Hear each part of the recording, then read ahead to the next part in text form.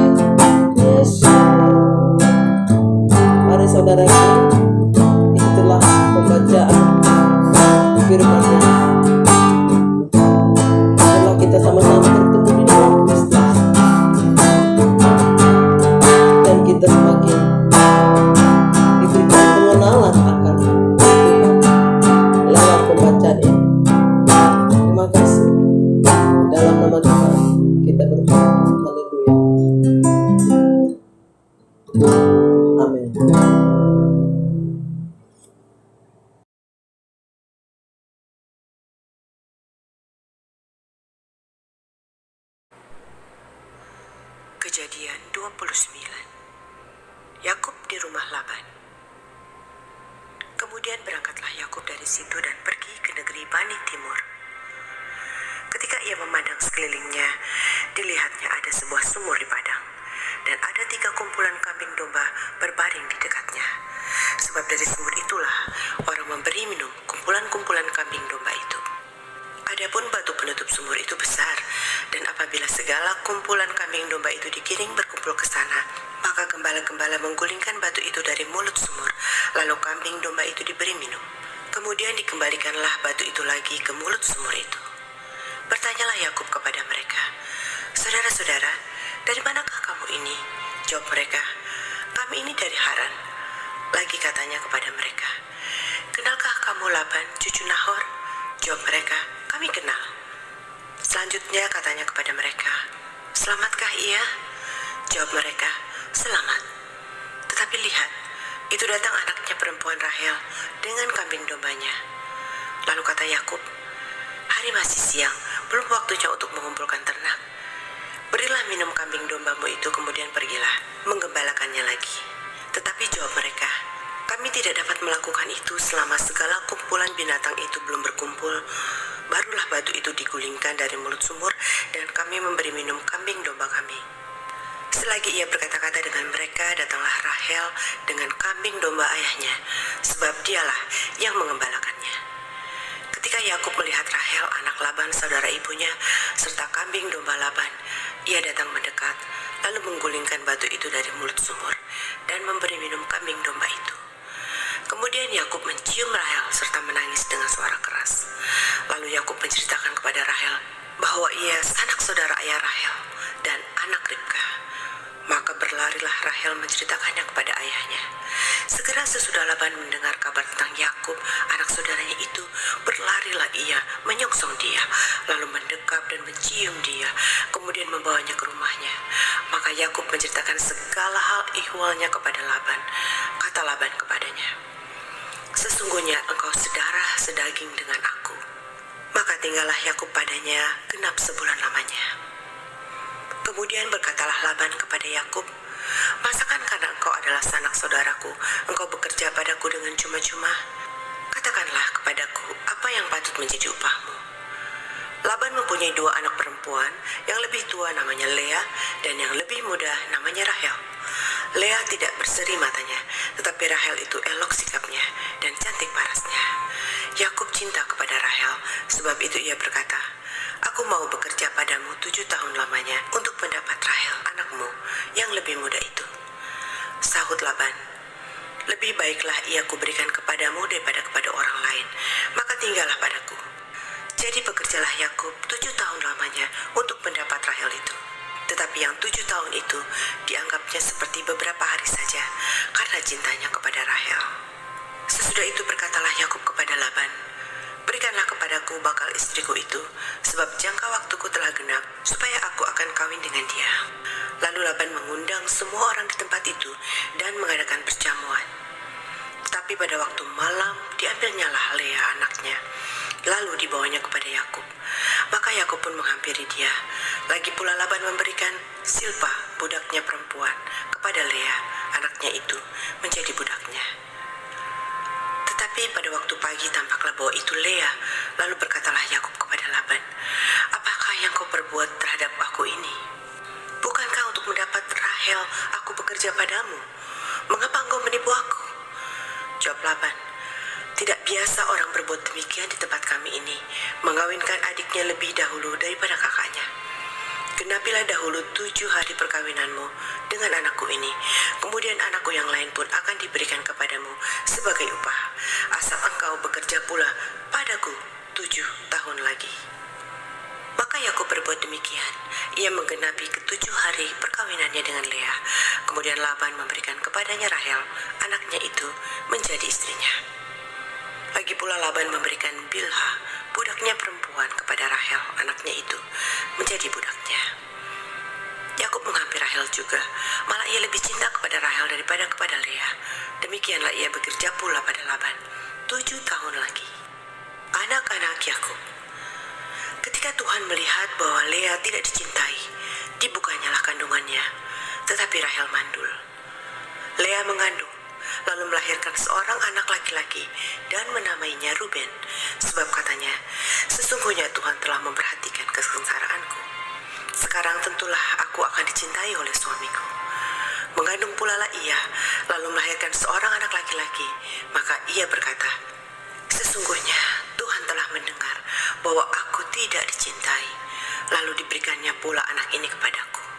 Maka ia menamai anak itu Simeon. Mengandung pula lah ia, lalu melahirkan seorang anak laki-laki, maka ia berkata, sekali ini suamiku akan lebih erat kepadaku, karena aku telah melahirkan 3 anak laki-laki baginya. Itulah sebabnya ia menamai anak itu Lewi. Mengandung pula lah ia, lalu melahirkan seorang anak laki-laki, maka ia berkata, sekali ini aku akan bersyukur kepada Tuhan. Itu sebabnya ia menamai anak itu Yehuda. Sesudah itu ia tidak melahirkan lagi. Kejadian 30. Ketika dilihat Rahel bahwa ia tidak melahirkan anak bagi Yakub, cemburulah ia kepada kakaknya itu, lalu berkata kepada Yakub, berikanlah kepadaku anak, kalau tidak aku akan mati. Maka bangkitlah amarah Yakub terhadap Rahel dan ia berkata, akukah pengganti Allah yang telah menghalangi engkau mengandung? Kata Rahel, ini Bilha budakku perempuan, hampirilah dia supaya ia melahirkan anak di pangkuanku, dan supaya oleh dia aku pun mempunyai keturunan. Maka diberikannya lah Bilha budaknya itu kepada Yakub menjadi istrinya, dan Yakub menghampiri budak itu. Bilha mengandung, lalu melahirkan seorang anak laki-laki bagi Yakub. Berkatalah Rahel, Allah telah memberikan keadilan kepadaku, juga telah didengarnya permohonanku, dan diberikannya kepadaku seorang anak laki-laki. Itulah sebabnya ia menamai anak itu Dan. Mengandung pula lah Bilha, budak perempuan Rahel, lalu melahirkan anak laki-laki yang kedua bagi Yakub. Berkatalah Rahel, aku telah sangat hebat bergulat dengan kakakku, dan aku pun menang. Maka ia menamai anak itu Naftali. Ketika dilihat Lea bahwa ia tidak melahirkan lagi, diambilnyalah Silpa, budaknya perempuan, dan diberikannya kepada Yakub menjadi istrinya. Dan Silpa budak perempuan Lea melahirkan seorang anak laki-laki bagi Yakub. Berkatalah Lea, mujur telah datang, maka ia menamai anak itu Gad. Dan Silpa budak perempuan Lea melahirkan anak laki-laki yang kedua bagi Yakub. Berkatalah Lea, aku ini berbahagia, tentulah perempuan-perempuan akan menyebutkan aku berbahagia. Maka ia menamai anak itu Asher. Ketika Ruben pada musim menuai gandum pergi berjalan-jalan, didapatinya lah di padang buah dudaim. Lalu dibawanya kepada Lea ibunya. Kata Rahel kepada Lea, berikanlah aku beberapa buah dudaim yang didapat oleh anakmu itu. Jawab Lea kepadanya, apakah belum cukup bagimu mengambil suamiku? Sekarang pula mau mengambil lagi buah dudaim anakku. Kata Rahel, kalau begitu biarlah ia tidur dengan engkau pada malam ini, sebagai ganti buah dudaim anakmu itu. Ketika Yakub pada waktu petang datang dari padang, pergilah Lea mendapatkannya sambil berkata, engkau harus singgah kepadaku malam ini, sebab memang engkau telah kusewa dengan buah dudaim anakku. Sebab itu tidurlah Yakub dengan Lea pada malam itu. Lalu Allah mendengarkan permohonan Lea. Lea mengandung dan melahirkan anak laki-laki yang kelima bagi Yakub. Lalu kata Lea, Allah telah memberi upahku, karena aku telah memberi budakku perempuan kepada suamiku. Maka ia menamai anak itu Isakar. Kemudian Lea mengandung pula dan melahirkan anak laki-laki yang keenam bagi Yakub. Berkatalah Lea, Allah telah memberikan hadiah yang indah kepadaku. Sekali ini suamiku akan tinggal bersama-sama dengan aku, karena aku telah melahirkan 6 orang anak laki-laki baginya. Maka ia menamai anak itu Zebulon. Sesudah itu ia melahirkan seorang anak perempuan dan menamai anak itu Dina. Lalu ingatlah Allah akan Rahel. Allah mendengarkan permohonannya serta membuka kandungannya. Maka mengandunglah Rahel dan melahirkan seorang anak laki-laki. Berkatalah ia, Allah telah menghapuskan aibku. Maka ia menamai anak itu Yusuf sambil berkata, mudah-mudahan Tuhan menambah seorang anak laki-laki lagi bagiku. Yakub memperoleh ternak. Setelah Rahel melahirkan Yusuf, berkatalah Yakub kepada Laban, izinkanlah aku pergi, supaya aku pulang ke tempat kelahiranku dan ke negeriku. Berikanlah istri-istriku dan anak-anakku yang menjadi upahku selama aku aku bekerja padamu supaya aku pulang. Sebab engkau tahu betapa keras aku bekerja padamu. Tetapi Laban berkata kepadanya, sekiranya aku mendapat kasihmu, telah nyata kepadaku bahwa Tuhan memberkati aku karena engkau. Lagi katanya, tentukanlah upahmu yang harus kubayar, maka aku akan memberikannya. Sahut Yakub kepadanya, engkau sendiri tahu bagaimana aku bekerja padamu, dan bagaimana keadaan ternakmu dalam penjagaanku. Sebab harta milikmu tidak begitu banyak sebelum aku datang, tetapi sekarang telah berkembang dengan sangat, dan Tuhan telah memberkati engkau sejak aku berada di sini. Jadi, bilakah dapat aku bekerja untuk rumah tanggaku sendiri? Kata Laban, apakah yang harus kuberikan kepadamu? Jawab Yakub, tidak usah kau berikan apa-apa kepadaku. Aku mau lagi mengembalakan kambing dombamu dan menjaganya, asal engkau mengizinkan hal ini kepadaku. Hari ini aku akan lewat dari tengah-tengah segala kambing dombamu dan akan mengasingkan dari situ setiap binatang yang berbintik-bintik dan berbelang-belang, segala domba yang hitam dan segala kambing yang berbelang-belang dan berbintik-bintik. Itulah upahku, dan kejujuranku akan terbukti di kemudian hari. Apabila engkau datang memeriksa upahku, segala yang tidak berbintik-bintik atau berbelang-belang di antara kambing-kambing dan yang tidak hitam di antara domba-domba, anggaplah itu tercuri olehku. Kemudian kata Laban, baik, jadilah seperti perkataanmu itu. Lalu diasingkannyalah pada hari itu kambing-kambing jantan yang bercoreng-coreng dan berbelang-belang, dan segala kambing yang tidak berbintik-bintik dan berbelang-belang, segala yang ada warna putih pada badannya, serta segala yang hitam di antara domba-domba, dan diserahkannyalah semuanya itu kepada anak-anaknya untuk dijaga. Kemudian Laban menentukan jarak 3 hari perjalanan jauhnya antara dia dan Yakub. Maka tetaplah Yakub menggembalakan kambing domba yang tinggal itu. Lalu Yakub mengambil dahan hijau dari pohon hawar, pohon badam, dan pohon berangan. Dikupasnyalah dahan-dahan itu sehingga berbelang-belang, sampai yang putihnya kelihatan. Ia meletakkan dahan-dahan yang dikupasnya itu dalam palungan, dalam tempat minum, kemana kambing domba itu datang minum, sehingga tepat di depan kambing domba itu. Adapun kambing domba itu suka berkelamin pada waktu datang minum. Jika kambing domba itu berkelamin dekat dahan-dahan itu, maka anak-anaknya bercoreng-coreng, berbintik-bintik, dan berbelang-belang. Kemudian Yakub memisahkan domba-domba itu, dihadapkannya kepala-kepala kambing domba itu kepada yang bercoreng-coreng, dan kepada segala yang hitam di antara kambing domba Laban. Demikianlah ia beroleh kumpulan-kumpulan hewan baginya sendiri, dan tidak ditempatkannya pada kambing domba Laban.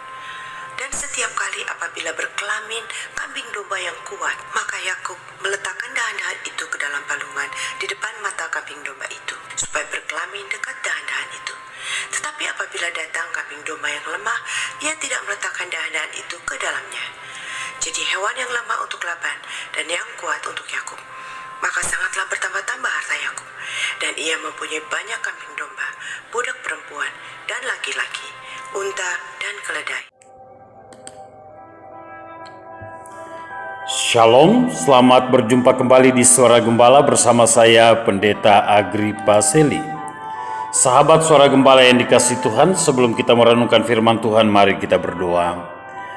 Damai sejahtera dari Allah Bapa yang melampaui segala akal dan pikiranmu, menerangi hati dan pikiranmu oleh Roh Kudus dalam Kristus Yesus, Sang Firman Allah yang hidup. Amin. Firman Tuhan yang menjadi renungan kita hari ini terambil dari Efesus pasal 4, ayat yang ke-11 hingga ayat yang ke-13. Dan ialah yang memberikan baik rasul-rasul maupun nabi-nabi, baik pemberita-pemberita Injil maupun gembala-gembala dan pengajar-pengajar, untuk memperlengkapi orang-orang kudus bagi pekerjaan pelayanan, bagi pembangunan tubuh Kristus, sampai kita semua telah mencapai kesatuan iman dan pengetahuan yang benar tentang anak Allah, kedewasaan penuh, dan tingkat pertumbuhan yang sesuai dengan kepenuhan Kristus. Sahabat Suara Gembala yang dikasihi Tuhan Yesus Kristus, tema kita hari ini adalah bertumbuh dalam persekutuan melalui pelayanan hamba Tuhan. Saudara, berapa banyak di antara kita yang tidak suka dengan pelayanan hamba Tuhan? Ada orang yang paling senang dengar khotbah yang keras, yang sifatnya pengajaran dan menegur. Tetapi tidak semua orang memiliki sikap yang sama dalam meresponi pemberitaan firman Tuhan yang disampaikan oleh hamba Tuhan. Saudara patut bersyukur kepada Tuhan oleh karena dalam gerejamu terdapat para hamba-hamba Tuhan yang Tuhan perlengkapi dengan karunia-karunia khusus untuk membangun jemaat, seperti rasul-rasul maupun nabi-nabi, baik pemberita-pemberita Injil maupun gembala-gembala dan pengajar-pengajar. Sementara di tempat lain susah mendapat hamba-hamba Tuhan, sehingga tak ada rotan akar pun jadi. Artinya, siapa yang punya kemampuan, yang punya pemahaman sedikit tentang firman Tuhan, dia yang dipercayakan untuk melayani. Oleh sebab itu saudara patut bersyukur kepada Tuhan karena Tuhan memberikan kepada gereja saudara hamba-hamba Tuhan yang luar biasa, yang Tuhan percayakan dengan karunia-karunia khusus untuk melayani jemaat, melayani saudara-saudara sekalian. Saudara, tujuan Allah memperlengkapi kita dengan para hamba-hamba Tuhan yang diperlengkapi dengan karunia-karunia khusus, yang diberikan kemampuan-kemampuan khusus adalah untuk memperlengkapi orang-orang kudus bagi pekerjaan pelayanan, bagi pembangunan tubuh Kristus. Ingat, saudara tidak bisa melayani dengan baik jika saudara tidak punya pengalaman rohani bersama Tuhan dan pemahaman rohani yang benar. Untuk itu saudara sekalian dikasihi Tuhan, pertumbuhan rohani kita, pertumbuhan rohani saudara secara pribadi sangat ditentukan oleh pengajaran dari hamba-hamba Tuhan yang memiliki kualitas rohani yang baik, sehingga kehidupan rohani saudara berakibat positif bagi orang lain.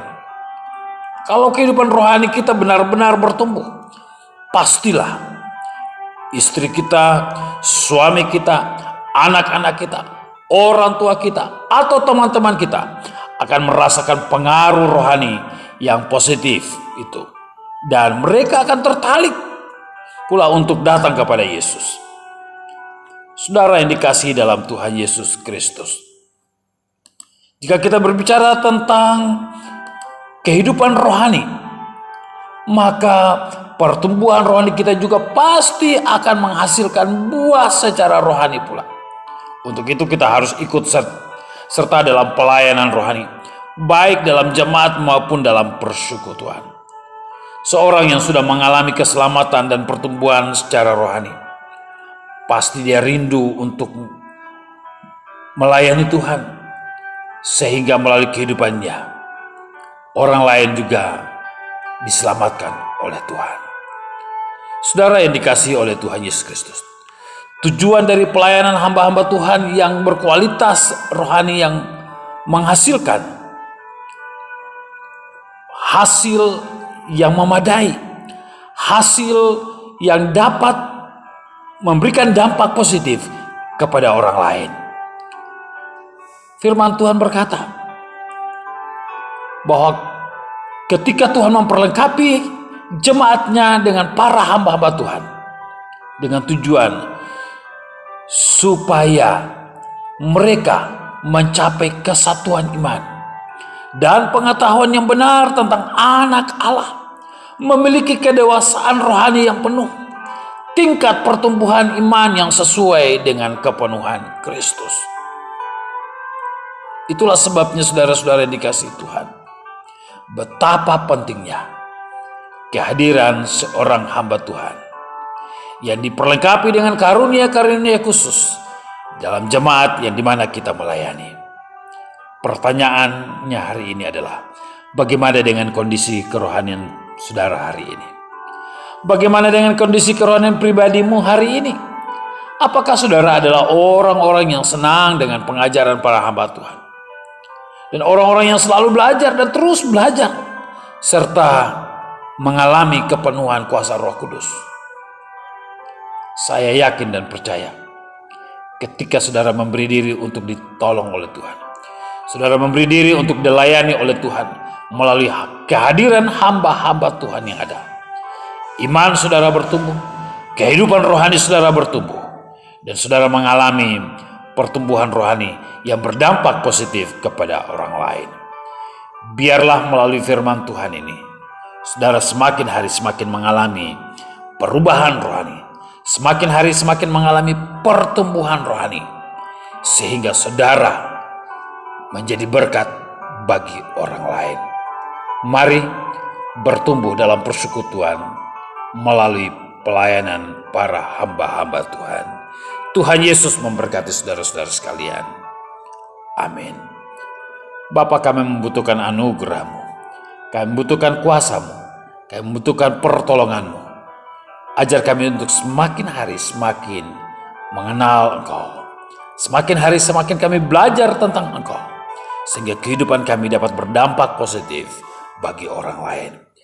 Biarlah kasih karunia dan damai sejahtera dari Allah Bapa, kasih dari Tuhan Yesus Kristus dalam persekutuan dengan Roh Kudus menyertai, memberkati, memelihara saudara-saudara sekalian sekarang ini sampai selama-lamanya.